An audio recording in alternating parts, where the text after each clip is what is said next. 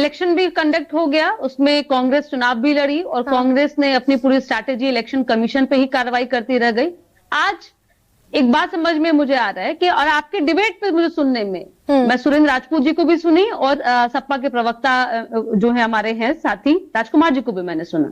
एक बात समझ में मुझे यह आया कि जो मजबूत राजनीतिक दल है, जिसके कार्यकर्ता मजबूती से ग्राउंड पे काम कर रहे हैं, वो मुस्तैदी से एसआईआर की प्रक्रिया पे पैनी नजर रखे हैं और प्रक्रिया के दौरान वो कह रहे हैं कि हम चुनौती देंगे, ना कि बिहार में इलेक्शन हो तो आप पंजाब की बात कीजिए, हरियाणा की बात कीजिए और लोगों को दिग्भ्रमित कीजिए।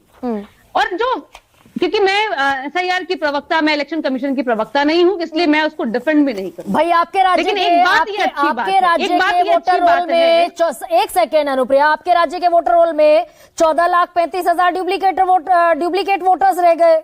नाम पता रिश्तेदार एक है, उम्र में 0 से 5 साल का फर्क है। 3.5 लाख वोटर्स ऐसे हैं जिनकी उम्र में भी कोई फर्क नहीं, और 1.5 करोड़ के आसपास मतदाता ऐसे हैं जो संदिग्ध हैं या अस्तित्व ही नहीं है जिनका।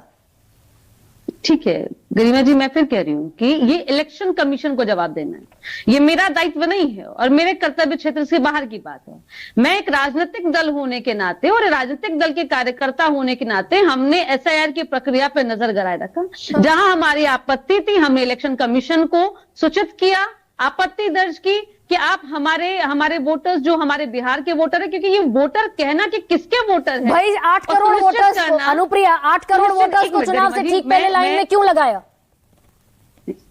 क्योंकि देखिए एसआईआर की प्रक्रिया में आप कि इसकी मंशा क्या थी कि एक व्यक्ति एक ही वोट दे, और एक व्यक्ति अगर एक से अधिक वोट देता है, इसका मतलब कि लोकतंत्र खतरे में और लोकतंत्र की धज्जी उड़ाई जा रही है। संविधान से इतर होकर काम किया तो 8 करोड़ वोटर्स को इसीलिए लाइन में लगाया गया ना कि 11 दस्तावेज दो और साबित करो कि भाई आप अवैध वोटर नहीं हो। बिल्कुल बिल्कुल। तो फिर ये 14,35,000 वोटर कैसे रह गए? ठीक है, मैं फिर कह रही हूँ गरिमा जी, वो मेरा काम नहीं है, लेकिन अगर ये हमें अब देखना है, ये मैं भी देखूंगी और मेरी पार्टी भी देखेगी कि 14 लाख वोटर जो कहे जा रहे हैं फर्जी है, क्या उन्होंने डबल वोटिंग की है कि नहीं की है? अब ये कैसे पता चलेगा? वो तो वीडियोग्राफी तो देने को राजी नहीं है चुनाव आयोग। ये कैसे पता चलेगा कि फर्जी वोट डले कि नहीं डले? चुनाव आयोग वीडियो फुटेज जारी कर दे।